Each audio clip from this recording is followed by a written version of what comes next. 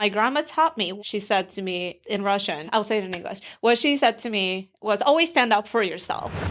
Welcome to the glamorous grind, where ambition meets allure. We're Ilona and Mila, longtime lawyers, friends, and your guides to the wild and sometimes downright outrageous world of law. Every week, we're diving into our juiciest past cases, breaking down drama, and dishing on how we keep it classy in the chaos of careers, family, and big dreams.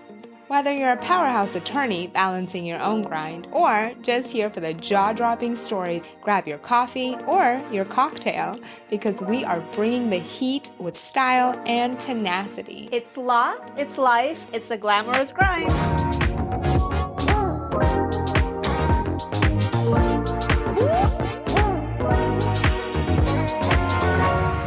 This week, it's all about pulling back the curtain. We're introducing you to us, our journey, our hustle, and why you want to tune in every single week. We'll share how we started as immigrants, what sparked our love for the law, the highs and lows of our careers, and of course, how we managed to keep our personal lives thriving and fabulous. And stick around because later we're giving you an exclusive sneak peek at the exciting segments, incredible stories, and glam-filled conversations coming your way on the glamorous grind.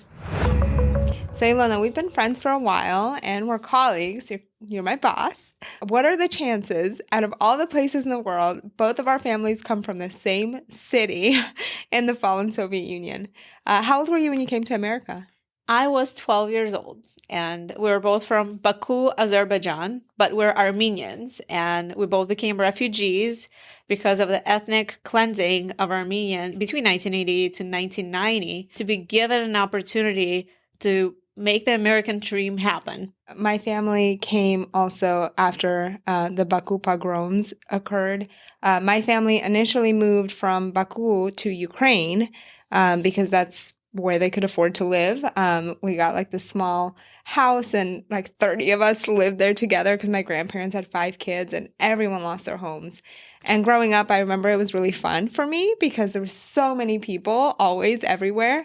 If it was hot, we didn't have AC. So we like got раскладушки, which were our like little beds, and we all slept outside. So as a kid, it was like so fun. But now I realize like the poverty that we lived in. When we became refugees, the conflict started when I was starting 2nd grade. I remember going to school, and when my mom and I were taking the elevator up to go home, there was a letter next to the elevator saying, "Armenians, get out of our city.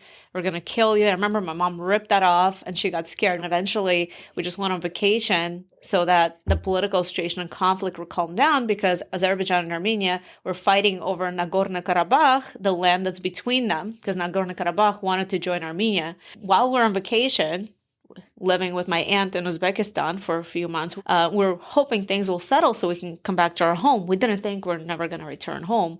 We received a letter saying that our home was invaded in the middle of the night, that our neighbors got burned, thrown down balconies, rolled in carpets, and that we're lucky we weren't home.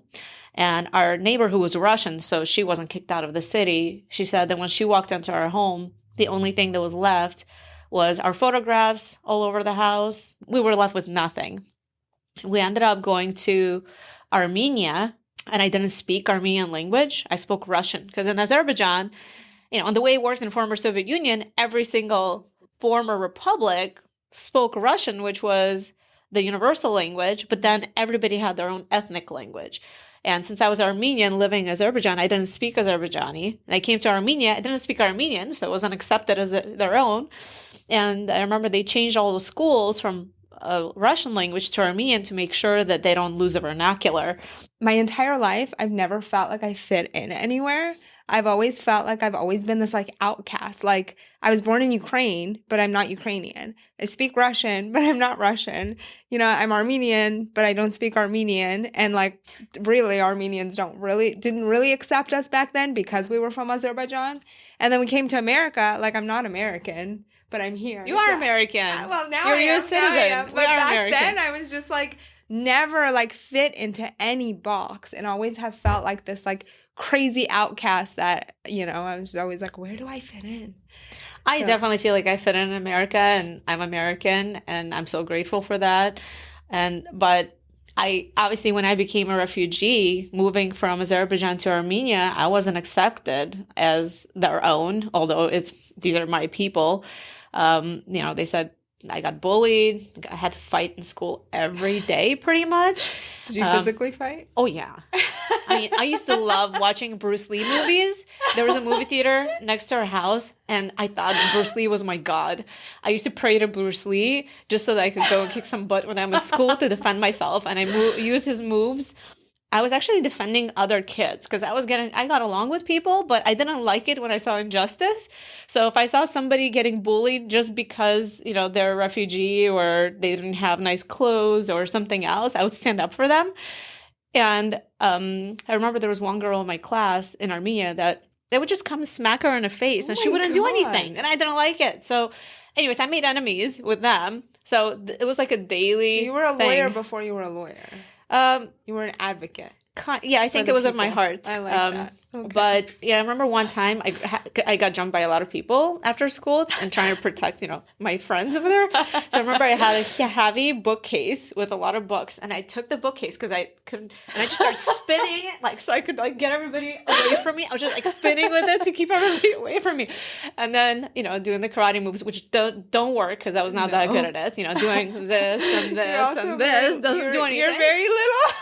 You're petite. I can't imagine. I'm petite, but I can fight. I'm a good fighter. Okay. I mean, and then I come to America and I had to fight a lot because then I start school. I don't speak English. Girls got, fifth graders got jealous, pulled my hair on the bus, pushed me. My grandma taught me. She said to me in Russian, I'll say it in English. What she said to me was, always stand up for yourself. Yeah. And that has been imprinted in my mind. Always stand up for yourself. So if somebody pushed me, treated me unfairly, I gave it back to them.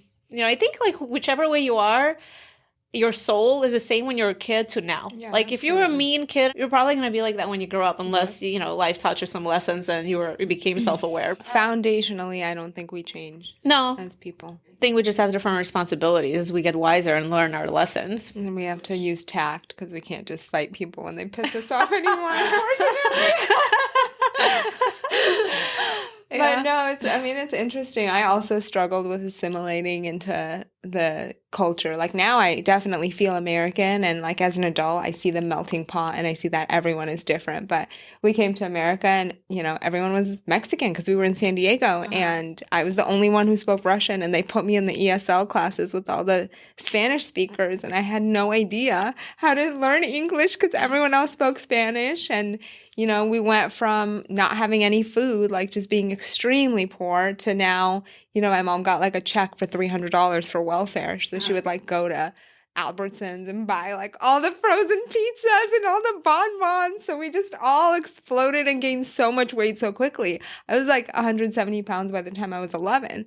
So now I'm poor, I'm foreign, I'm overweight, and I had a mustache on top of all of that. Okay, so everyone bullied me too. And then I wanted to take off my mustache, but my mom wouldn't let me take it off because she said it would grow back thicker. Oh, I know. This is all the Soviet girl problems. This is real. So then she's like, I'll fix it. So she goes and buys me bleach. So now I'm this overweight brown girl with a blonde mustache. And on top of that, my grandma was so excited that they had velour in the store, barkhat. So she went and bought all this velour material and made me a bunch of pants from velour. So I would wear these ugly velour pants every day to school. I'm laughing now, but it wasn't funny then. Oh, yeah. But and I was bullied and I felt I always kind of stood out.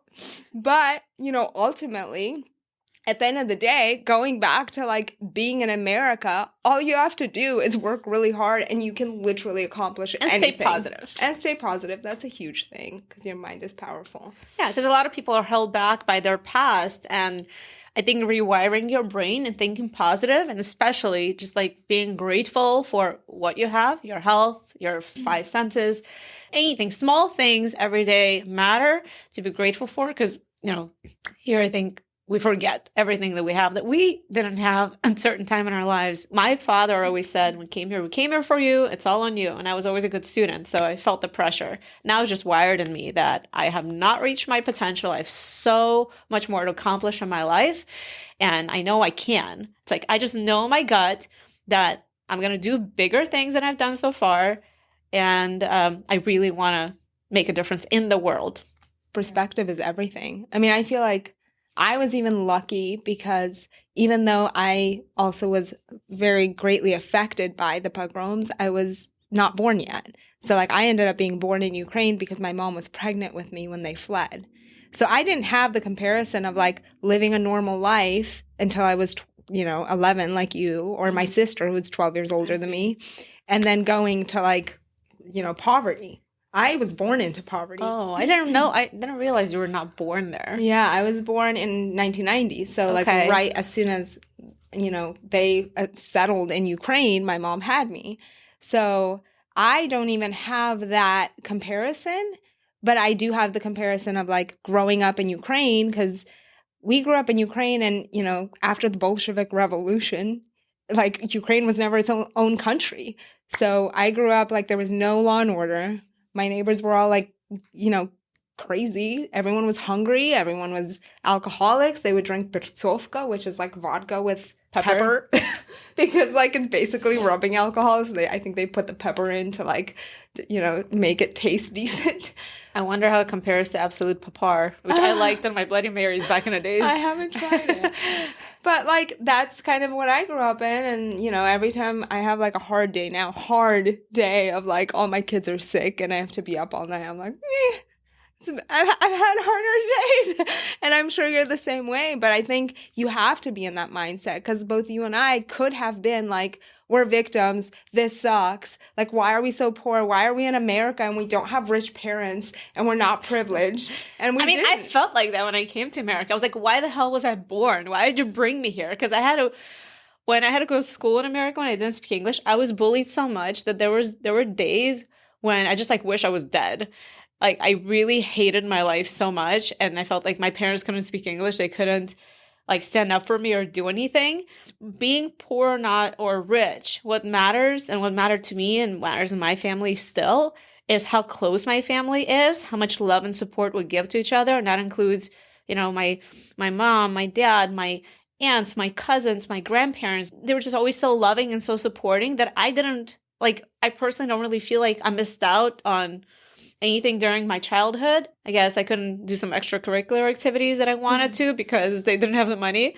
And what I really hated is when we would go to the market, I'd be like, Mom, I want a gum. Because, they had these American gums that maybe you don't know, but back in former Soviet Union, they used to sell Turbo gum and like McDonald's gum. McDonald. You didn't have it? McDonald gum? And it was so good, but it was like $1 Russian ruble. And I'd be like, Mom, can I have gum? She'd be like, Pochchika, which means we have no money. And I hated it. I hated whenever we would go somewhere and I would say, want something? She would probably just say Pochchika. And I just was so ashamed of that. And I was like, okay, I'm going to grow up and I'm just going to have a lot of money and I'm going to make it happen. And I can buy anything I want. And like, fortunately, I worked hard to be where I am. So that's not a problem anymore. I know. I remember like every time, now they, for whatever reason in schools, they like give the stuff to the kids in the school every year. But when we were kids, they would give us a list at the beginning of each school year of like all the things you need to buy. And I remember like every time that list would come in, I had like this dread of like, we have no fucking money. Like, where's my mom going to find money to like buy me a calculator and markers, And I remember like growing up and being like, I will never be poor again. This will never be an issue. My children will never wonder where their calculator is coming from. So now when people are like, well, how do you have the motivation to work so hard? I'm like, this is not hard. Being poor is hard. Being hungry is hard. Not knowing where your rent is coming from is hard. Working hard and having all of the opportunities in the world to build, grow, and develop is a blessing. Why don't you tell us a little bit about how you decided to become a lawyer? In high school, I asked my dad, I told my dad that I want to go to the moon. I want to be an astronaut. And he told me, because he still had the fresh off the boat mentality, is that you're a woman. You're not going to end up going to the moon. You're going to be sitting behind a desk somewhere. But I was really good at math. So then I said I want to be an actress.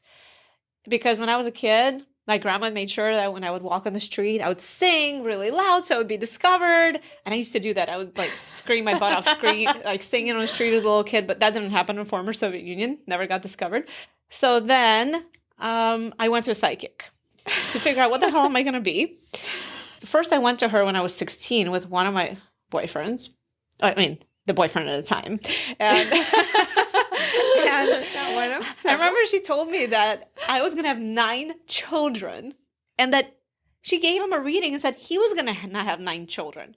Well, so you're on your way. I don't know about him. I'm 5 now and I have some frozen embryos, but we broke up like 2 months later, so your reading was a lie. So a couple of years later, I take my other boyfriend to a psychic while he's getting a reading, and I refuse to spend any more money on that lady. So same psychic. Same psychic, but I wasn't going to participate. So while I'm in a waiting room... Why would you not find a new psychic? Because she was like the main one there on the radio all the time. So okay. Then I'm sitting in the hallway and then her daughter's there. She's like, okay, why don't I give you a reading for like free? So she looked at my hand and I said, well, I really don't know what I'm going to, like, what am I going to be when I'm going to grow up? And she says, I see a lot of papers around you. I remember being in the shower that night and I was thinking a lot of papers. I guess I could be someone's secretary or I could have secretaries. And then my dad, I remember, mentioned to me before that only lawyers or doctors make it to America because that's what every immigrant thinks. Okay, I'll be a lawyer. And that's it. That's when I made a commitment. I was in a shower shortly after a psychic reading, and that's how it got started. So my story is much simpler. We came to America, and my mom was like, okay, Mila, like, we brought you here. I don't speak the language. This is not my country. Like, you better make it worth it. So then she said, you can be a lawyer, a doctor, or a failure. Take your pick. So I really thought about it. And I was like, well, I don't like blood. So I guess I'll be a lawyer because I don't want to be a failure. And then I really fell in love with Law and Order. And I watched Law and Order religiously. So I really liked what they were doing. And I became just so enthralled with the fact that the justice system worked so smoothly here. Because growing up, in the Soviet Union, there was no justice system. I remember my uncle's friend got his head chopped off for $300 and no one even knew who did it, what did it. People would disappear all the time. No one knew. Here, everything was investigated. I was like, wow. And I was so amazed by the Constitution and the 2-party system. I was like, this is genius. I super nerdy, but I was just really, really passionate about the American legal system. And then I for sure thought I would be a prosecutor and I would watch the cute blonde lady in Law and Order who would be eating Chinese food in the high rise at 2 a.m, solving cases. I was like, that's going to be me. But then when I became an adult, I was like, I need to make money and not, deal with murder all day. So yeah, here I am in the civil world. I remember when I was a kid and I was watching some black and white Russian movie, I was impressed with the part where there was a girl who was a prostitute, but she got arrested. And I remember this moment where she's reciting these code sections to the cop and then they let her go. And I was like, that's so cool. She knows code sections. So as a litigator, I know my code sections really well. And but I didn't know I was going to be a lawyer back then. How did you end up choosing being a family attorney? I think it chose me because I opened up my law firm straight out of law school. I remember I worked for a criminal law attorney during law school because I had 0 connections and I wanted to have something on my resume. And he would accept every case that would walk through a door and give it to me. And I did the work and it would get filed and everything was fine. So then that gave me confidence that maybe I can do this myself. So when it came time to talk about salary, after I passed the bar exam, he calls me. He says, I can't afford to pay you salary, but how about I open up a office like in an apartment building in North Park somewhere, and we'll do everything 50-50. Like, so all he would do, or at least pay rent, then I would give him 50% of profits, which gave me an idea. And I was 20, I just turned 25. I'm like, I wonder what it would cost to just have my own office, to rent an office and do it myself. Because I speak fluent Russian, I speak fluent Spanish. And during that time, I went downtown and started walking around and called the phone numbers I saw for rent. And just inquired what it would cost to rent my own office. And I ended up just signing the lease into the first place I walked, actually, in Sparkles building. I remember that building. Yeah, I mean, I signed a lease without applying for a job anywhere, and then put an ad into Russian newspaper, Mexican newspaper, and Yellow Pages at the time. Russians and Hispanics started using my services. So I took every case that would walk through the door and prepared hard and learned and, went all the way with it. So, well, from family law, I ended up getting a criminal case that was a lewd act with a minor because I helped my client get 50-50 custody of his kid. The mother got mad, so worked up her teenage daughter to accuse the stepdad of touching her breast. That turned into criminal charges, lewd act with a minor, which he was facing 8 years in prison or jail. I learned that people use family court to manipulate the system, to get advantage. And that got me more interested in family law. And I started getting more family law cases. And eventually, after in second year into my practice, 50% of my practice was, I would say, family law. And the other 50% was personal injury and civil litigation. I did breach of contract cases. I did some jury trials. And I said, okay, I'm just going to do family law exclusively. But we have recently added personal injury back to our practice as of January 2025. We're going to be serving the Russian community, Hispanic community, and everybody else out there to help them with personal injury. And employment. And employment law, yeah. I did totally opposite of you. I went the firm route. So initially I started my practice. I mean, I didn't know anybody. I didn't know any attorneys. And I ultimately ended up doing personal injury defense work. And I really liked litigation and I liked, the trial practice. But I didn't love being on the defense.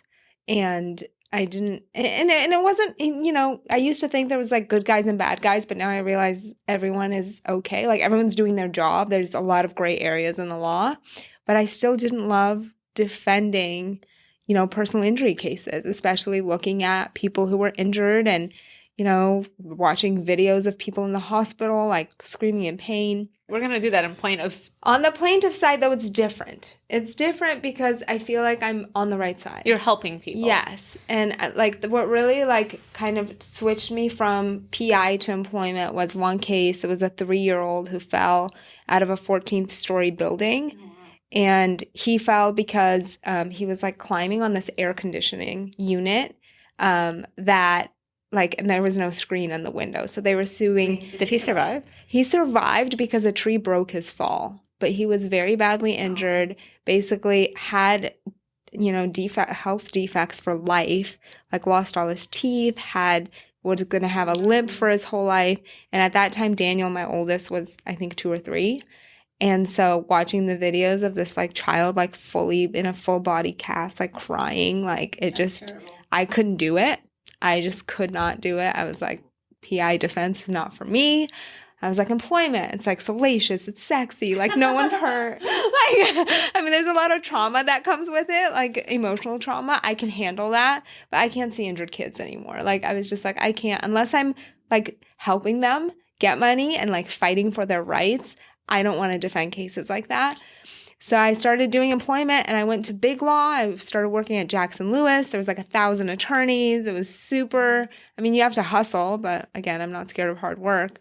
But it was good. I really liked employment. It was fun.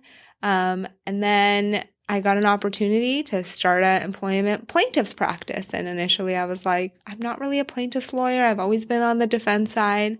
But I always say, don't miss any opportunities. I'm a yes girl. So I was you know what? I'll do it. So I started an employment practice and it was great. And I love fighting for people. And, I always say you have to find passion in what you do, because that's what gives you motivation. I can't imagine waking up and not wanting to go to work. I can't imagine waking up and being like, oh, I have to go to work again. This is terrible. Like, what kind of life is that? Because we spend so much time at work, we should enjoy it. I'm happy when I go to work. It's definitely quiet. I get things done. I feel productive. But I would really love to have more time with my children because I barely see them. Like, I go to work at, I'll drop off my daughter at school at 8:30 in the morning. And then I'll come home at 6:30. I'll have 30 minutes with them Monday through Friday. Then I have to work out at 7:30, 3 times a week. Half the time if I'm stuck at work, then I miss it. Like, I love working. I love getting things done. Like, before I had children, I used to work 6 to 7 days a week. My car was always the last one in the parking lot, 3, 4 in the morning. And obviously I had court in the morning or tons of clients to handle. And I did that from 2005 to, I would say, till 2019 when I had Ella. Then I didn't work till 3, 4 in the morning anymore, but I still worked a lot until I had children in 2023, 4 in the same year. I now take my weekends off because that's my only time I really get to spend quality time with them, and that's not even enough. Yeah. There's no even time for yourself. You know how it is. Time for yourself. No, like, I feel guilty getting my nails done because it's an hour and a half wasting time. You just have to do it. That's why I work out at 4 in the morning because everyone's asleep. If it's like 6 and I know the kids are about to wake up, I feel guilty being in the gym. I'm like, I have to go home. Like, the kids are going to wake up if if it's the weekend. I work out even on the weekends at 5 in the morning, 5 to 6, because otherwise I can't, because I have an infant sleeping in my bed, in my room. So I have to take care of him at night, and he wakes up 2 to 3 times at night. And then I have Ella sleeping with me because, she's my little baby and I don't mind at all. I would love, anyways, of course my boyfriend doesn't like it, but I want to sleep with Ella forever. Yeah, I have a no kids in my bed rule. No, like, kids are not allowed to even come close to my bed. How did you decide to start a family? So there was never any other plan. Like, I met my husband. We got married after 3 months of knowing each other. And then as soon as I finished law school, I finished law school at 24, got pregnant, like passed the bar in November, was pregnant by January, and had a baby like year 1 of law school. And then I had another baby 3 years later and another baby 3 years later. And now I have 3 kids. I've been married 12 years, and that was that. Yeah, I think I'm 44 and your kids are older than mine because you got started earlier than me. I waited till later in life because I wasn't as lucky to just like meet somebody. Of course, I heard from my family and felt pressured ever since my 20s that I'm becoming an old maid and like all your cousins and everybody's married. And, I was sent to psychics a couple of times to get readings as to why this is not happening for me. I was told I've been cursed, that I've jinxed on me, you name it. But in reality, like, I dated a lot to the point where my Armenian grandmother was like, what, why, look at you, what's going on? Like, I'm like, Grandma, I'm making it up for all of you guys because you didn't date. My other grandma didn't date. My mom didn't date. So I'm making it up for all the women in my Armenian heritage. So say thank you. So, of course, we laughed about it, but she didn't she didn't think it was as funny. But that's the reality. I had no choice. I was like, okay, I'm going to probably get married and have kids when I'm 25. Nope, didn't happen. Thought it might happen by 30. Didn't happen. Thought it might happen by 35. Didn't happen. So then I said, screw it. I'm just going to freeze my eggs until, I find the right guy. Because as being a divorce attorney, the one mistake you can make that will make your life miserable is have children with the wrong person. Because for the next 18 years, you'll be in court over custody, over child support, and a whole bunch of other problems. So I didn't want that. And I waited. I was hopeful until I was 39 that, some prince will come and sweep me off my feet and everything will be good and I'll have a family with him. Didn't happen. When I was 38, I met my boyfriend. And when I met him, I said, hey, I decided I want to have kids before I'm 40. So I'm going to have my own kid this year. You can hang around with me or you don't, but I'm doing it. So he stayed with me. The first time I did my IVF transfer, it didn't work. And then, we still continued dating. And I tried again in April of 2019. And, I now have my beautiful daughter, Ella. And she's 5 years old. So, and then I obviously have more frozen embryos. I waited And when I was 42, I said, okay, I'm not getting any younger. I might as well get it out of the way. So I decided that I'll carry one child, and I was going to hire a surrogate to have another child for me. But what happened is that everything doubled. I went to my ultrasound, and they're like, you have twins. And I'm like, what? Well, like, okay, fine. Like, I just adapt like this. I'm like, great, blessing, all good. My boyfriend almost had a heart attack. I gave birth to twins in July of 2023. And then as soon as I recovered from my C-section, the surrogate's water broke, and I had to fly to Northern California to pick up my other set of twins. And I have a funny video when I had all the babies at home. Like, I don't need help. I can do this myself. I want to take care of all the babies myself tonight. So I bought these double beds for the infants where they're laying. And then I also had Ella sleep with me. So I had 5 children, and I thought I'm going to be able to take care of everybody myself that night. And I'm getting anxiety listening to this because I had 1 newborn and 2 toddlers, and I thought I was going to die. But go ahead. Well, I wasn't able to do it. I definitely needed, my boyfriend's help, and I had to. I don't remember how that night went, but I remember I took videos because everybody was screaming. I was like, this person wants a boob. Not person, my kid. They need a bottle here. And they wake up Ella. It was a disaster. So now what we do is, I rotate my babies. I take a different child every night into the crib in my room, and Ella sleeps with me, and then that's a story. But it's very manageable. Now that I have 5, it's easy. Like, it's actually way easier. Humans are just so adaptable. Like, at first, everything sounds difficult, and then once you get it, it's just like, meh, I got this. Yeah, like, I'm thinking, although it might be crazy, but what? I mean, I have 2 more. I would have 7 kids if I ever did that again. I would have to hire a surrogate if I ever did that. Of course, I don't know if anybody will agree to it, but I actually don't need consent. So we'll see what happens in life. If everything goes to plan and I accomplish my dreams and make big things happen, then why not? You know what I love about you more than anything probably is that, like, you are really good at being positive. I always say, tell myself this because I feel like so often I get into the nitty-gritty of the hard parts. And I'm like, don't let your blessings be burdens. And I feel like you're so good at that innately. And so, like, keep up the good work. I mean, I think life is up and down. Yeah. All of us, have our highs and have lows. And, once you hit the bottom, it's only going to go up. So just know that time will heal. And I think that when I remember the moment when I realized that it will only get better, I had an ingrown nail on my toe and I was like 16. And I had to go to a doctor to help me. And I remember he had this huge syringe and he had to give me a numbing shot into my toe, like where there's bone. But, I had to tolerate it. All I was thinking is time heals. Time heals. This will be like in the past. Like, think of the future. Like, I read and that worked. Ingrown toe story stuck with you. And that worked. And now, like, I always think back of that. I'm like, it was hurting so much. Yeah. Well, I mean, I think of my mindset at the time, not of my ingrown nail. I'm thinking like I was just thinking, this moment will be the past. Yeah. So just get through it. Yeah.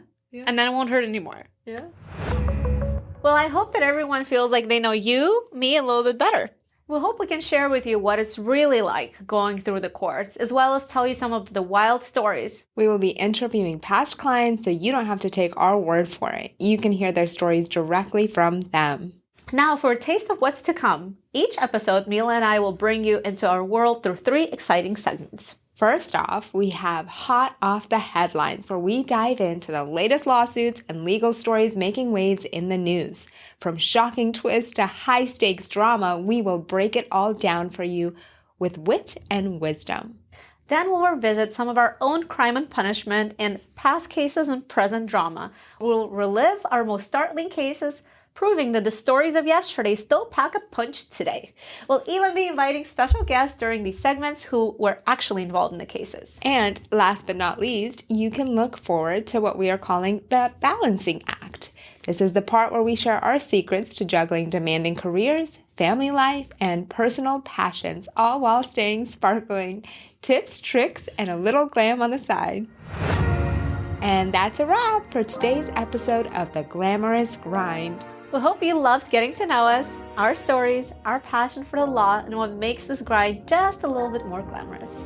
And next week, we've got a special guest who turned their legal battle into a life-changing story. You won't want to miss this. We'll be dropping episodes every Tuesday, so make sure you stay tuned. Don't forget to subscribe, rate, and review wherever you listen to your podcast. And be sure to follow us on social media for behind-the-scenes content, updates, and even a sneak peek at future episodes. Until next time, remember, success isn't about choosing between ambition and elegance. You can have both. Stay fabulous, stay fierce, and we'll see you on the next episode of The Glamorous Grind.